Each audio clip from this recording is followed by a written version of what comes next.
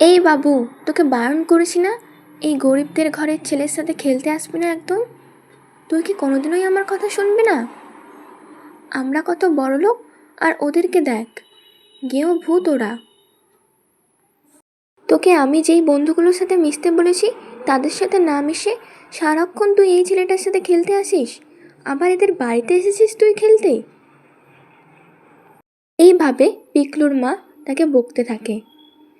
এটা হচ্ছে পিকলুর বন্ধু সূর্যর বাড়ি। ওরা গরিব, মধ্যবিত্ত, কিন্তু পিকলু অনেকটাই বড়লোক। তাই তার মা তাকে সূর্যের সাথে মিশতে দেয় না, এমনকি খেলতেও বারণ করে দেয়। পিছনে সূর্য আর তার মা দাঁড়িয়ে দুঃখ করছে আর দাঁড়িয়ে দেখছে।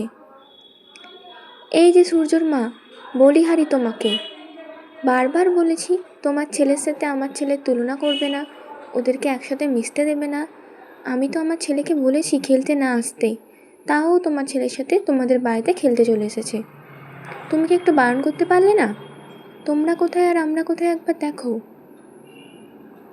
পাশ থেকে সূর্য বলে, কাকিমা, ওর কোনো দোষ নেই, আমি ওকে বলছিলাম খেলতে আসতে। এই বাচ্চা, তুই চুপ কর। তোর ব্যাপারে আমি খুব ভালো করেই জানি, তুই আমার ছেলেকে বুঝিয়ে বাঝিয়ে এখানে খেলতে এনেছিস, আর আমার ছেলেটাও ভুলে ভালে তোর সাথে খেলতে চলে এসেছে। আর একদিন যদি তোদেরকে দেখেছি একসাথে, সেদিন আমার থেকে খারাপ কেউ হবে না, এই বলে রাখলাম। এভাবে সে চিৎকার করে। এরপর বাড়িতে সে পিকলুকে নিয়ে চলে আসে এবং তাকে সেখানে বকাঝকা করতে থাকে।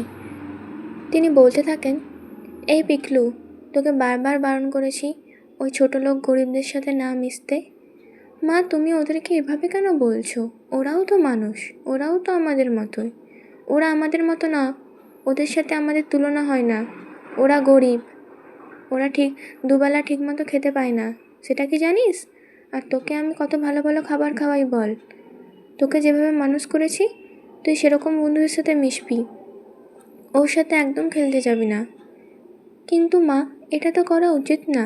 আমি বইয়ে পড়েছি সবাই সমান, আমাদের তো ওদেরকে কিছু দিয়ে সাহায্য করা উচিত। একদম চুপ, বড়দের মুখের উপরে কথা বলবি না বলে দিলাম পিকলু। আর এদিকে সূর্য তার মায়ের সাথে বসে কাঁদতে থাকে। মা, আমরা কি এতই খারাপ? আমরা না হয় একটু গরিব, তার জন্য পিকলুর মা আমাদেরকে এইভাবে অপমান করলো। আর কি করবি, তোকে আমি বারণ করেছিলাম ওর সাথে না খেলতে। আমি কেন বারণ করি এবার জানতে পারলি তো? ওর মা শুধুই এরকম বকাঝকা করে, আর আজকে তো আমাদের বাড়িতে এসে এভাবে কথা শুনিয়ে গেল। কাঁদিস না, ভগবান ঠিক আমাদের দিকে দেখবে, ভগবান ঠিক ওর মাকে ভালো শিক্ষা দেবে। একদিন ঠিক ওরা বুঝতে পারবে যে গরিবরাও মানুষ, তাদের সাথে এরকম করা উচিত না। জানি না মা কবে বুঝতে পারবে। আমার তো মনে হয় পিকলুর সাথে আর কোনোদিন খেলাও হবে না। ওই আমার একমাত্র বন্ধু, ভালো বন্ধু। পিকলুর মা খারাপ এরকম বলে, কিন্তু পিকলু খুব ভালো। ও বোঝে যে গরিবদের এভাবে অমান্য করা উচিত না। চিন্তা করিস না বাছা, সব একদিন ঠিক হয়ে যাবে। এর কিছুদিন পর পিকলুর মা রাস্তা দিয়ে যাচ্ছিল। তার হাতে ছিল আইফোন এবং ব্যাগের ভিতরে কিছু টাকা ও দামি গয়না ছিল। সেই ব্যাগ নিয়ে এবং ফোনটা নিয়ে চোর ছুটে পালাচ্ছিল। পিকলুর মা দূর থেকে চেল্লাতে থাকে, এই চোর চোর, আমার ব্যাগ নিয়ে পালাচ্ছে, কিন্তু কেউ তাকে সাহায্য করে না। পাশ দিয়ে সূর্যর মা যাচ্ছিল। সে এই চোরটাকে ধরে এবং তাকে ঠাস ঠাস করে চড় মারতে থাকে। তাকে দাঁড় করিয়ে তার হাত থেকে আইফোনটা ছিনিয়ে নেয় এবং বলে, এই, তোর আজকে কঠিন শাস্তি দেবো আমি আজকে। চল তুই পুলিশের কাছে। আর কি এখনও ব্যাগটা নিয়ে দাঁড়িয়ে আছিস? দে আমাকে ব্যাগটা, দে। দূর থেকে দাঁড়িয়ে পিকলুর মা দুঃখ প্রকাশ করতে থাকে। তিনি ভাবেন, যাদেরকে আমি অমান্য করেছিলাম, তিনিই আমার ব্যাগ এবং আইফোন ছিনিয়ে দিল। কেন আমি এরকম করতে গিয়েছিলাম? আজকে তার অনেক বড় শিক্ষা হলো। তাই সে দাঁড়িয়ে সূর্যর মায়ের কাছে ক্ষমা চাইতে লাগলো। সূর্যর মা, আমাকে তুমি ক্ষমা করে দাও। এ কি, তুমি ক্ষমা কেন চাইছো? আমি জানতাম তুমি একদিন ঠিক বুঝতে পারবে যে কাউকেই অমান্য করা উচিত না। একদিন না একদিন সবাই সবার কাজে লাগে, তাই কাউকেই কষ্ট দেওয়া উচিত নয়।